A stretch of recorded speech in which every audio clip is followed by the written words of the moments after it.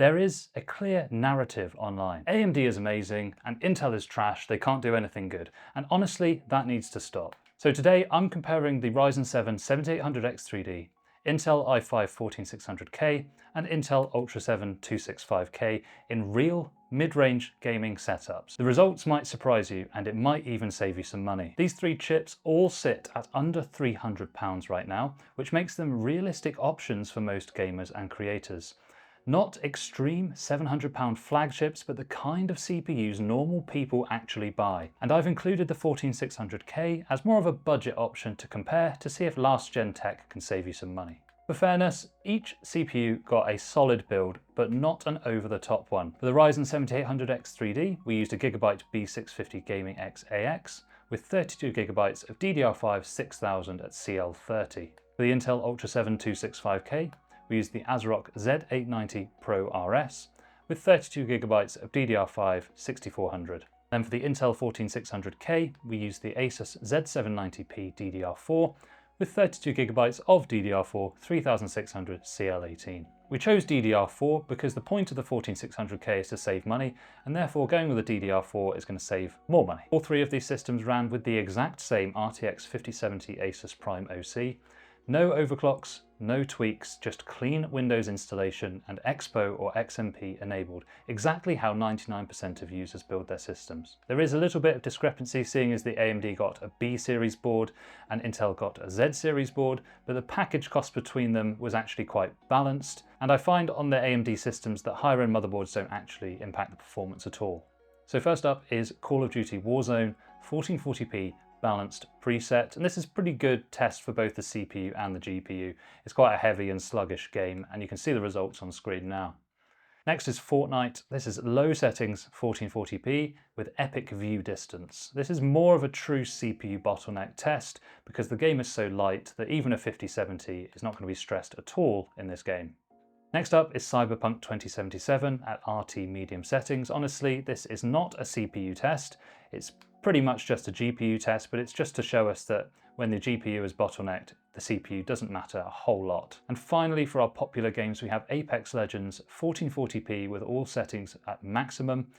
And you can see that all three of the CPUs absolutely smashed this game, and the game does have an engine limit of 300 FPS, so it can't go any higher. And finally, for the creators, we have PugetBench Davinci Resolve Standard, and this is where the Intel 265K flexes its muscles with its hybrid core layout.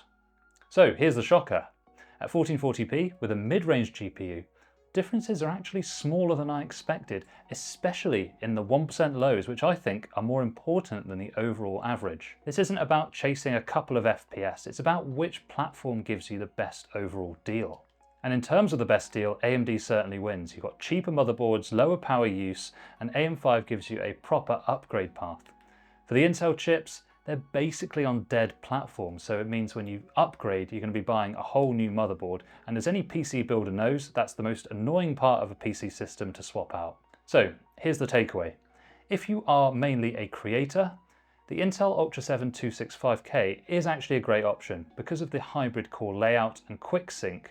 That's going to make your renders a lot quicker and your scrubbing through timelines a lot smoother. Just make sure that if you are a creator that you don't get the KF version of the CPU, get the regular K version. If you are a pure gamer, the Ryzen 7800X3D is the better choice. You have better longevity on the platform, better efficiency, and then of course better upgradability over time. The Intel i5-14600K does still make sense if you're on a very strict budget today, but you must know you're on a truly last-gen platform at this point, and if you're buying it for upgradability or anything like that, you're a fool. If you want to get very good performance now, that's great. But whichever option you pick, you're not wrong. Just match it to how often you upgrade your system. Every 2 or 3 years, you definitely want to go with AMD for that upgradability. If you don't tend to change your PC for 5 or 6 years, then actually any of these options are going to be fine. If you're someone that likes to overclock and tweak your systems and you just want the best FPS right now, the best value out of the lot will be the 14600K, particularly if you can grab some Samsung B-die RAM at a good price and then tune it appropriately. However, I would say if I was personally on a budget system, I would go for a lower end B650 motherboard and a Ryzen 7500F because that probably represents better value long term, and it would probably come in at a very similar price to the Intel system with the 14600K. So bearing everything in mind, I would choose the 7800X3D every time because it's not all about raw performance. To me and many others, the ability to do a drop-in CPU upgrade down the line is huge, and I know that people use this for a fact. I sold lots of AM4 systems with Ryzen 2600s back in the day, and then years later they would upgrade to something like the 5600 or the 5800X3D, and they'll get a massive jump in performance without having to rebuy everything. The basis of this video is that I build systems for real customers at my company PC36. I don't have any brand bias. I just got a big stack of receipts and invoices, so I obviously want the best value for money, and that's going to end up being the best thing for the customer. But don't take my word for it. Don't take anyone's word for it. Look at the data, come to your own conclusions, and build what makes sense for you. And if you can test it yourself, that's even better still. If this video was helpful or enjoyable in some way, hit subscribe for honest PC comparisons, tips and builds and all that stuff. And I want to give you something for free.